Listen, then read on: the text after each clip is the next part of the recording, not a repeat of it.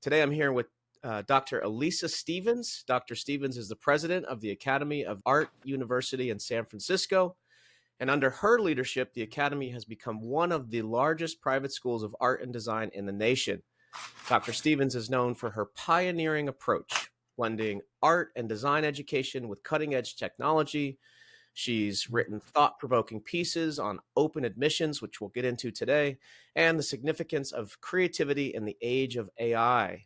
And today, of course, we're going to look forward to exploring AI and open admissions, as well as her many insights on the future of art, design, technology, and education. Dr. Stephens, welcome to the show. Thank you very much. Well, congratulations again. Let's just start off by saying congratulations again on the continued success of the Academy of Art University. I'd love to hear just a bit about your journey and how it has evolved under your leadership. Well, I've been a president for a long time, probably longer than most presidents, and we've seen a lot of change in art and design. But with the change that we've seen, we've also held true to the time-honored principles of art and design. So with change, we've also stayed the same. So I think that's been a big advantage for us to be able to hold on to the past strengths and yet stay current with technology and ever evolving trends in art. Mm-hmm. Tell us more about the past strengths and where you've been able to honor tradition. We're going to talk quite a bit about AI and the innovations, but I'm curious on what traditions the university is holding on to. The traditions that we're focused on are the time honored principles of drawing, design, color, structure, and form. And we've emphasized those in the beginning of the curriculum and foundational curriculum, and then we practice them throughout the curriculum um, for the student's journey at the Academy of Art University. Yeah. So it's really important to have that foundation before moving into more of the experimentation and innovation. I think that the traditional education model is sometimes under scrutiny. So it's, I guess, notable that you've been able to hold on to that, but then also, stay relevant and stay contemporary with your curriculum. Well, we subscribe to the notion that you have to know the rules before you break them. That's true. That's true. I think there's the anecdote around Picasso and how he learned the many techniques of the masters before moving into his cubist aesthetic, and really, yeah, is an exemplar of that exact notion. Know the rules before you can break them. Build that vocabulary before you begin writing your own prose. So let's talk more about your open admissions policy. This is something I know you're a champion of. I think it has different definitions or different inflections within higher ed. What is the open admissions policy, or what is the admissions policy there at your university? Well, we have a no barriers admissions policy, and it really ensures the most diverse student population that we can strive for. We're firm believers that a student's past doesn't predict performance in school, isn't predicting their future performance at our school. And we see that students, whether high school students or even other university students, if they've gone to a traditional university, really haven't received the art education needed to create the type of portfolio one would need to get accepted into a university. And our no barriers policy doesn't handicap anybody. We want to we don't want to, I guess the best way to say it is our no barriers policy is giving everybody an opportunity to have access to higher education, even if you come from a lower socioeconomic background where you might not have had the education and the opportunity to have computers, art supplies, art teachers, hire private art tutors like other high school students might have had, or other families may have had that advantage. So we see that as very important, that the whole world benefits by giving people the opportunity to be creative. Hmm. Yeah, and I'll ask about the outcomes and if that approach, the no barrier approach, affects outcomes at all. But I'll hold that question for a moment because I'm curious if you have a sense of this, because a lot of our listeners, they may not be administration within art schools or liberal arts, even for that matter. They are listening possibly from, STEM programs or business programs. Do you think the no barriers approach would work for other types of programs? Well, we as an art and design university have 14 STEM programs. So we combine STEM with art and come up with STEAM. And we Hmm. STEAM power portfolios. And that's how students are hired, is based on their portfolio. So they have to actually perform. Do I think a nuclear physics major needs to know math? Yep, I do. And if you don't have barriers, the question becomes, wow, how do we get a qualified person? So I think the answer to that, which is part and parcel to the No Barriers admissions program, is that we have programs and services that assist our students. We have academic resources where support teachers go into the classroom.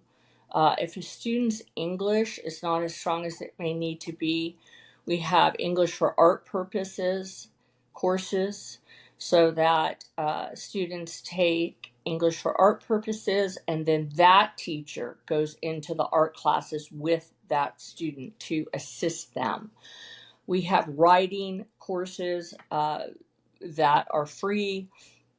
Our our resource center is free, so we have free tutoring, and you have to put those services in, as well as have foundational programs. You can't just ask a person to. You have to support them and help them be stronger in areas that you're going to need them to be in order to succeed. Hmm. Yeah. Was it difficult for you to develop this policy, or as the president, did you just say, this is the mandate and this is the direction we're going? How much buy in did you require? And ultimately, what would you say to someone that might be struggling with creating a more open admissions policy for their units? Well, we've had this no barriers policy for over almost 100 years. And my grandfather was a painter and art director for Sunset Magazine, and he started the Academy of Art University in 1929. And from its inception, he had a no barriers policy because he had seen and was realizing that many Americans were not receiving drawing and art education at the high school level. And even if they did have art classes, they weren't taught by artists. And so the second part of his pedagogy was to have working professional artists teach the next generation of artists, primarily because art's moving so fast that an instructor, uh, a faculty member must be in the industry in order to convey the most relevant information to the students in an art and design school. And that information then is built upon semester by semester with art moving so fast. So it wasn't hard to implement because it was part of the foundation of the university. Um, it's been more difficult to explain. Yeah. And how about for those who are struggling to get this across the dean's desk, or into the president's office as an initiative? I would argue that if you want a diverse population, that open admissions policy is going to help you with that, and that you will have a very broad range of people, both socioeconomically and in terms of their own heritage. and that will benefit the university, and that yes, there'll have to be support systems to in place, perhaps in various subjects, to assist these students, a percentage of the population that did not receive this information prior to being accepted. Hmm. Yeah. Well, I love the notion of STEAM. I'll add to that because of my background in design and my love of design, especially as it relates to every facet and every industry of our lives. We could be STEAMed. So we have science, technology, engineering, art, math, and design to lead the way. What other ways do you support students? I know you mentioned the where someone might step in and help with writing, or maybe there's a math component that needs help. Where are other ways that you're supporting students that someone could take a note from? Well, I think, we start with the teens as young as 14, and we have a summer art and design experience program where teenagers can come in free of charge to experience art and design classes. And this gives them a chance to explore whether or not they might want to do this thing called art and design, or it even focuses them on what they do want to do.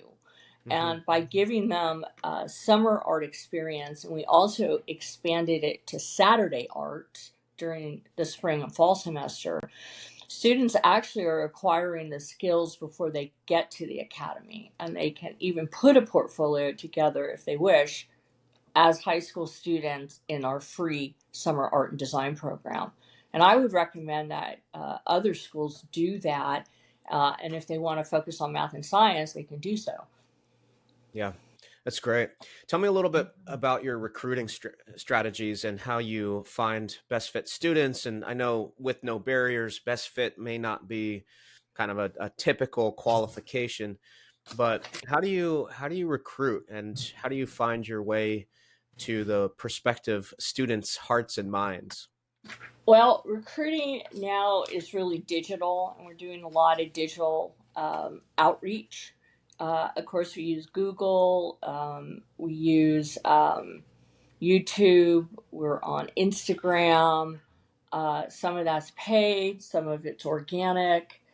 Um, but that's been our focus. I mean, I still have a belief in outreach through television. I believe in the power of television and the reach of television. Hmm. Um, I think radio also is still valid, particularly probably in California where people are still in cars. But I think today we have to do it all. Yeah. We have to try to use all channels to reach people, to get our message across that these opportunities exist. Um, I think the biggest mistake that people make, and I may be jumping the gun in one of your questions, is that of this sort of starving artist notion, which we have never subscribed to.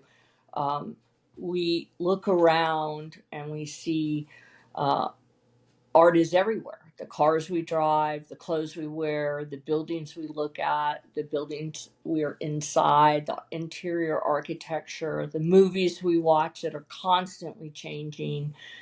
Um, I don't think that there's anything that we can actually think of, including landscape design with the landscape, uh, photography, video, music, acting.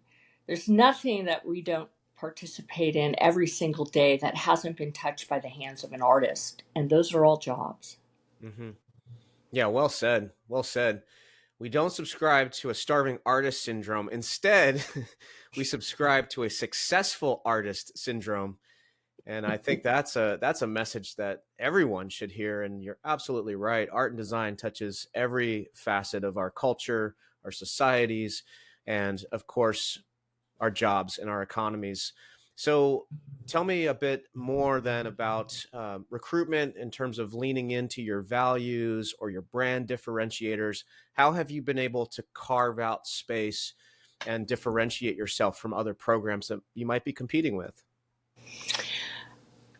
I think the way what we do best is that we make sure that we have the best professional artists in the classroom.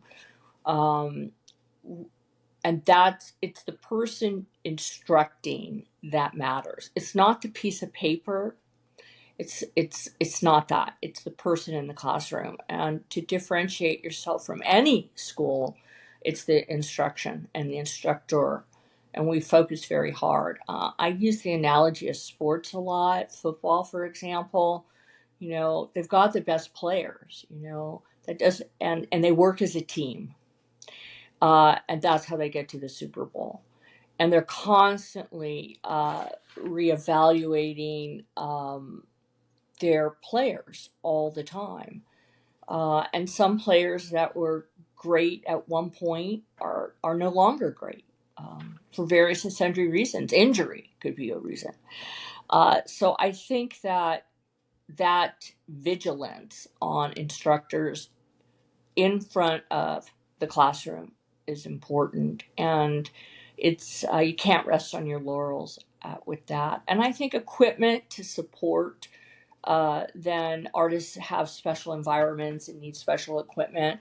We've been lucky. We have a really robust online program, which I actually put in 2001, over 20 years ago, because I was worried at the time of earthquakes. My grandparents had been in the 1906 earthquake. So I wanted to make sure that students' education could continue in the event of an earthquake in San Francisco. So our online platform, we initially built as a proprietary system, and we've got whiteboards and drawing pens, and everything was geared to the artist with the artist in mind. And a lot of our students have taken advantage of our online program. Nice. Oh, that's great. Do you, thinking about the faculty and the artists as like one of the main differentiators, do you try to find a balance between adjunct and tenured as a way to, always have the best talent, or do you firmly believe one way or the other is best for a university?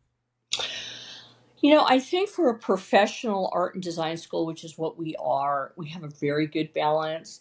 Um, we do have a fair amount of adjunct because we are hiring people who are in the industry. If I were running, if we're having an acting program, which we do have, I want people like Brad Pitt to come in and lecture and instruct. And Mr. Pitt can't be full time because Mr. Pitt's making movies all the time, or directing. So I think it's important to have a strong, large number of adjunct, but primarily the executive chairs of these programs are full time.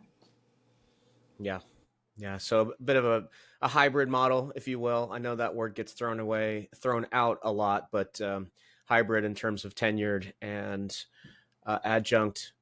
So let's turn our focus a little bit toward the curriculum itself, because I think this is going to touch upon our second topic, which is AI and technology, and really where the world is taking us. So, as a president, how do you ensure that the curriculum that the chairs are overseeing, how do you ensure that that stays relevant and aligned with some of these latest trends, including AI? We have two ways to do that. The professional faculty that are in the classrooms are very current in this subject.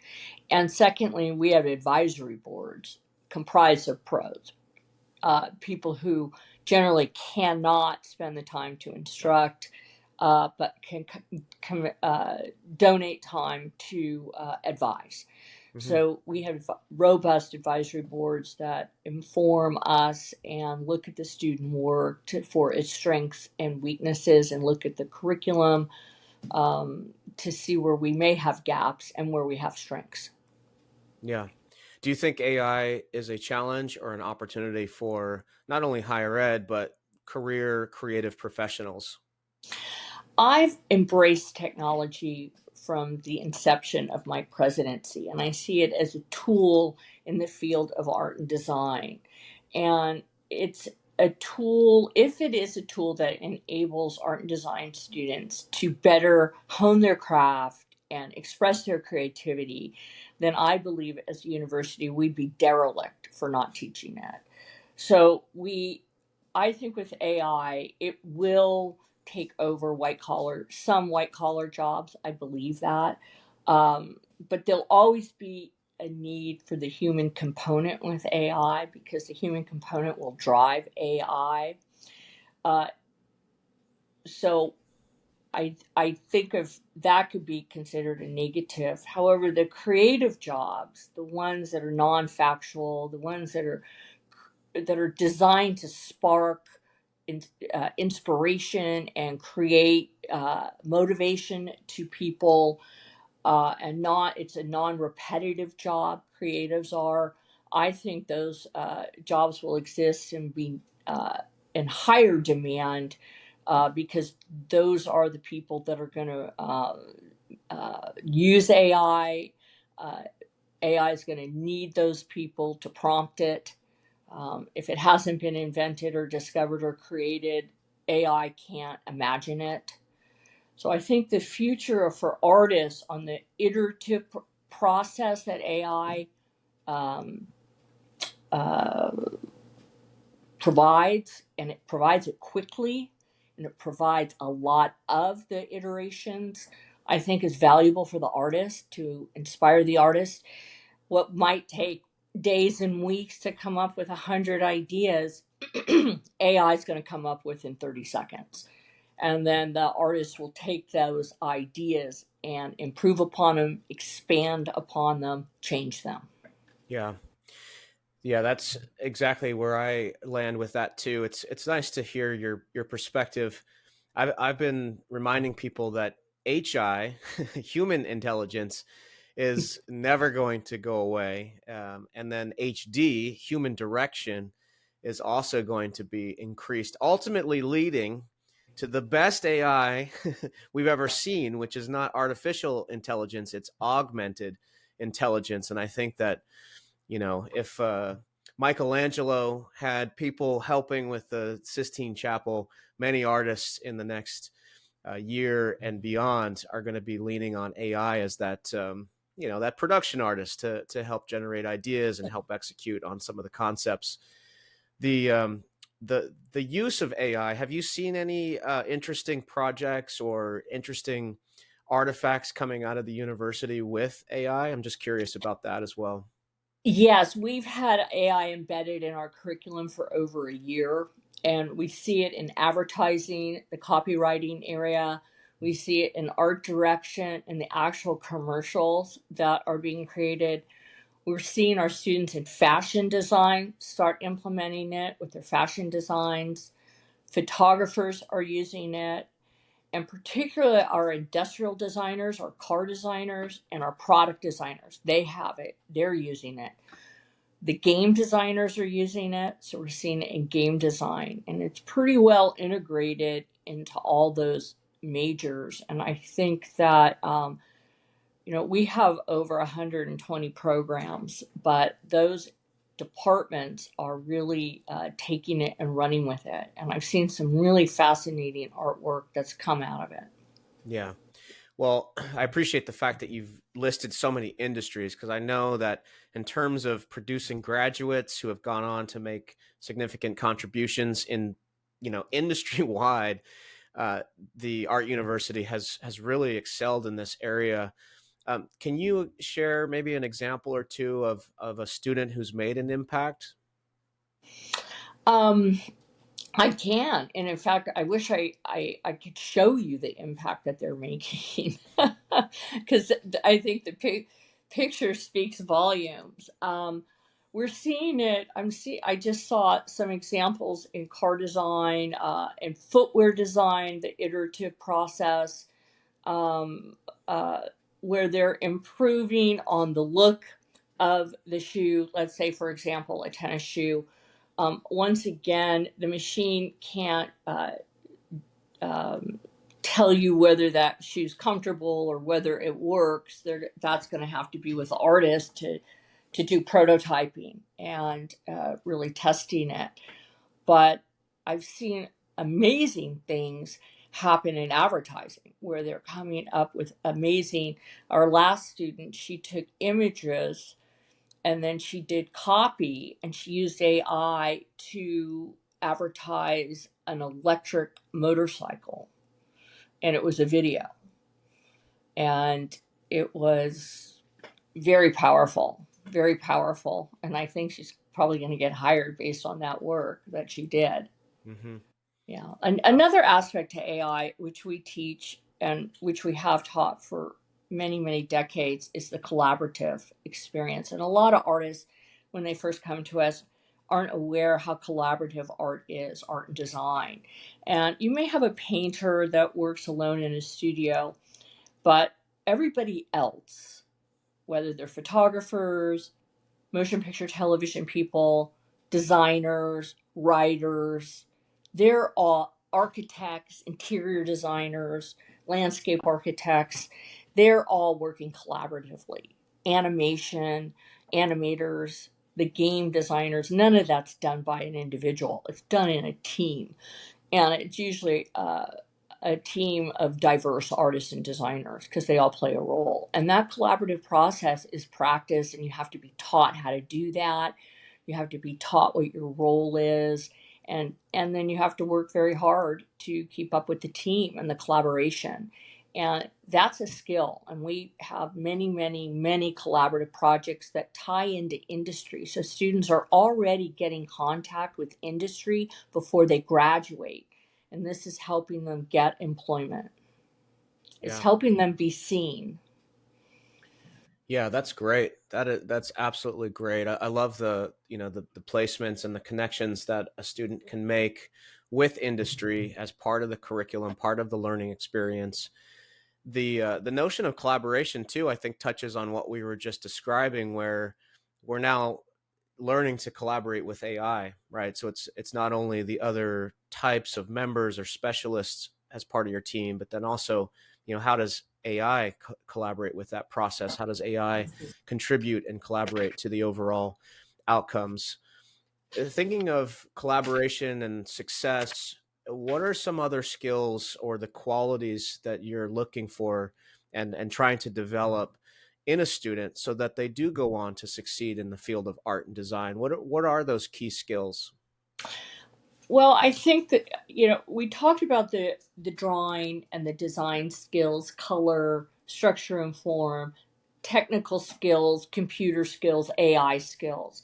But what we really focus on is failure, and learning to accept failure and keep failing, and then keep redoing, keep failing, keep redoing your work. And that builds a lot of metal, and that's what the marketplace is going to ask of you. So don't be frightened of failure. Everybody fails. The more you fail, the better you're getting. And we provide a safe environment for them to fail, and we'd rather they fail at school than in the job market where it could cost them their job. So I think failure is what we teach them. We have a critique method. It's an objectively based critique method. We're an objectively based art school where we're teaching them the facts and they're drawing their conclusions. And through critique, we're showing them where their work can be better every project, and then we're asking them to go back and make it better. So that process of performance on the part of the student is what I feel makes them better over time. That's great. Learning how to fail forward is a skill that yeah, every artist needs. I would say every individual needs to learn and embrace, and also the ability to provide constructive feedback in the form of objective critique is also, yeah, one of life's greatest skills, I would say. So I love that, and it also goes back, I think, to the traditions that you're honoring, right? I have in the design courses that I teach, I have this lecture all about how design is pretty damn old, meaning that the theories of art and color and balance and visual hierarchy, like those things, will never go away. They work for a reason. And those are some of the facts and conclusions that I think Right. that you're drawing from in that objective critique process. That's correct. Just to kind of wrap up and close here, what role do you see branding? I know you touched upon advertising, but what role do you think branding and marketing play in today's higher education landscape? I think they're very important. And I think all, universities, education is customer service. And um, all schools benefit by and do market themselves, whether they know it or not. They're doing it through their sports teams. Um, so I think branding to the customer, the needs of the customer, and we're focused very heavily on. It starts here at the Academy of Art University for your art and design career. Hmm. Yeah, let's. Yeah, I agree. I think that marketing and branding is key, and leaning into those differentiators, which I think is part of the reason I asked you about that. If a university is struggling to carve out space within the market, do you have any like secret tips or tactics or a direction that they should head, a place where they should look for those differentiators? AI.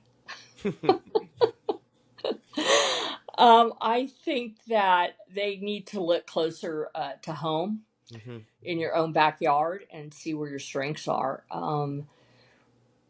I think a lot of schools have done remarkably well in promoting themselves, and I'm always surprised how they they promote themselves so well, but I can't actually see that they are the richest schools or the schools in the best, you know, best cities or whatever, best weather, whatever we would think might do it. But they look at their own unique value proposition and then they just go laser tight on it and they push, push, push. And I think that you have to look inward for that and then not deviate from that. This is who we are. We're not all things to all people. This is what we do. Um, a lot of times in education, especially art education, is schools follow each other, where I think they should be more individualized. Yeah. And I think that's interesting how, especially artists who view themselves creative, the schools can all look the same when they shouldn't. There should be choice in education for the American population. Yeah. Well, you give me the impression that you're not afraid to take chances and you're not afraid to carve out that unique identity at the risk of maybe not being all things to all people. Is that accurate? Yes.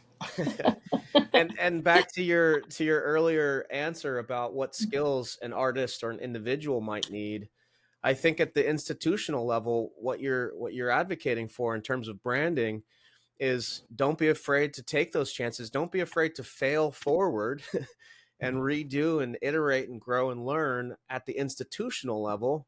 And certainly don't be afraid or build into your process that objective critique process that we learn as artists as part of your own methodology again at the institutional level.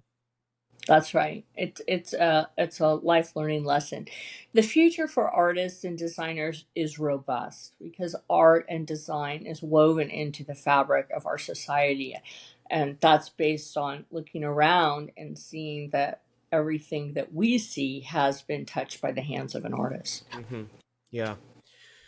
Well, Dr. Stevens, thank you for this time. You have the ear of fellow presidents, the ear of deans and vice provosts. Any final words? Any kind of marching order or final thought? Be brave. It's a brave new world. Be brave. I do believe that it's very important that we reach all segments of the American population and give them an opportunity uh, to have access to higher education, and to not let their past influence their and predict their future because they're still young and it's too early to write off an 18-year-old. We'll just let those words linger as we take ourselves out. Thank you again for your time, Dr. Stephens. It's been an absolute pleasure to have this time with you today. Thank you. Very nice to meet you.